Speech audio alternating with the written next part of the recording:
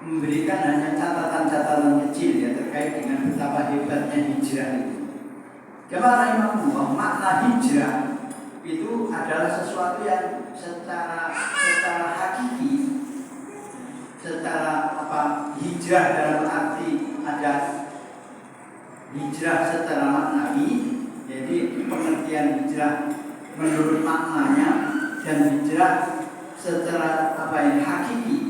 Hakiki itu sak temeni, suatu peristiwa yang sifatnya faktual. Rasulullah menyatakan bahwa tidak ada hijrah setelah hijrah yang ini. Maksudnya ketika Nabi hijrah itu, ya itulah yang hijrah secara hakiki.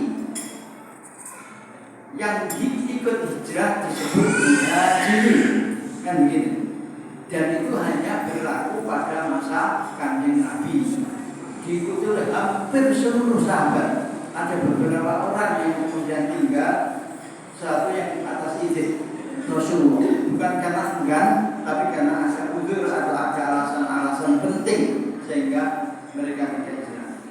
Dalam rahimahullah, kalau kita membaca misalnya panjang lebar Mubarak Furi dalam kisah sejarah hidup Rasulullah, juga termasuk di situ Husain Haikal panjang lebar mengenai Hayatul Muhammad, itu sejarah hidup Kanjeng Nabi.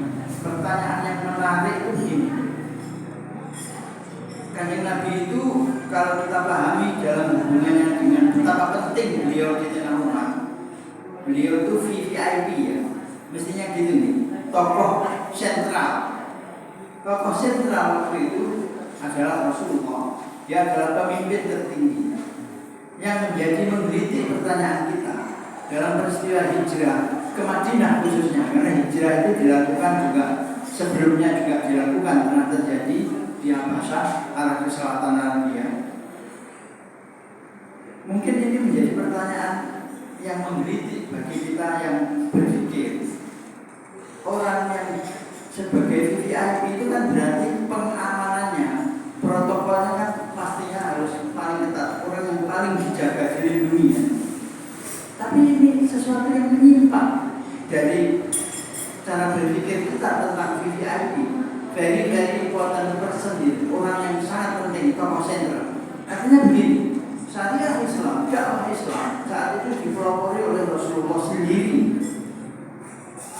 Artinya kalau Rasulullah itu seperti peristiwa kita semua dengar, menjelang hijrah Rasulullah itu dikepung untuk mau dihabisi, artinya dibunuh, selesai kan?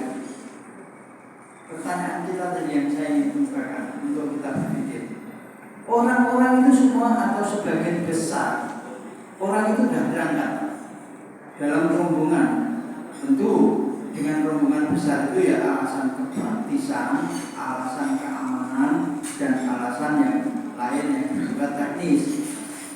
Ya, jemaah rahimahullah, kita bisa membayangkan ya, ketika perjalanan rute kita dari Madinah ke Mekah, biasanya kalau kita umroh lewat jalan raya.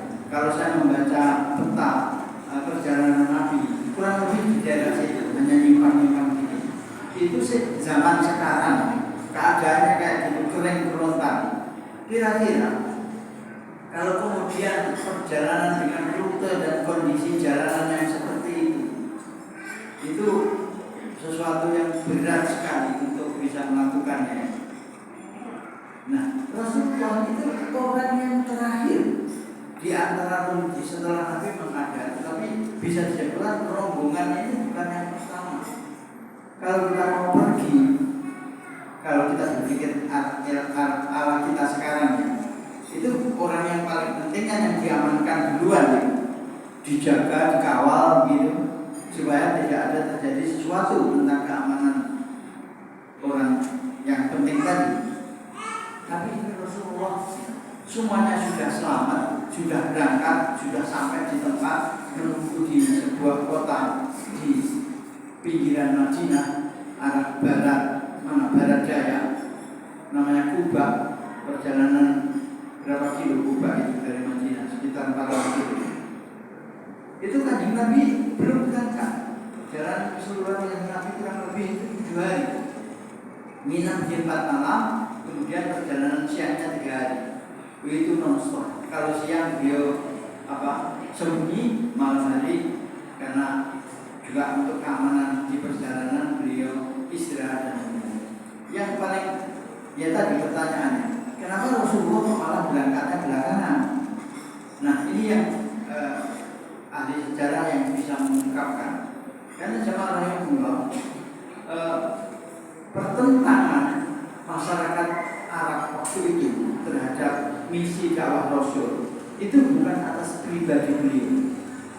Orang-orang Arab itu membenci bukan atas diri pribadi Nabi, tetapi dia menginginkan bahwa Nabi tidak mengajarkan sesuatu yang itu bisa menjadi ancaman secara ideologis dan barangkali juga prinsip-prinsip bisnis yang dikuasai oleh para elit.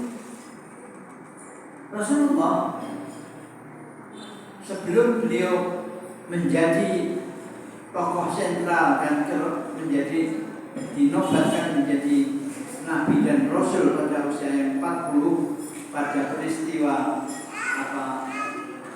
mendapatkan wahyu yang pertama, itu beliau adalah seorang pemimpin. Dari keluarga pemimpin, beliau sendiri adalah pemimpin. Kita masih ingat ketika beliau umur 35 tahun, beliau juga menjadi ikut bagian penting dalam urusan-urusan masyarakat kaum Quraisy, dan kemudian beliau mendamaikan peristiwa memindahkan Hajar Aswad. Artinya beliau adalah seorang yang bersifat moderat, sangat diterima oleh semua golongan, karena masyarakat Arab, kita tahu dalam Barokuri juga dijelaskan panjang lebar, itu masyarakat yang tidak ada struktur kekuasaan seperti yang kemudian kita sebut, misalnya ada rajanya, kemudian ada presiden atau kepemimpinan nasional, itu tidak ada. Yang ada adalah kelompok-kelompok yang itu sangat rawan satu dan yang lain itu untuk konflik. Kanjeng Nabi adalah seorang sosok yang sangat diterima, sehingga bahkan beliau mendapatkan julukan sebelum menjadi rasul, dan yang itu kemudian dibenci atau ditolak tepatnya itu oleh orang-orang Arab pada masa itu adalah misi dakwah atau yang beliau ajarkan itu yang tadi sudah saya kemukakan. Secara pribadi beliau sangat diterima, digelari alami, orang yang paling dipercaya di antara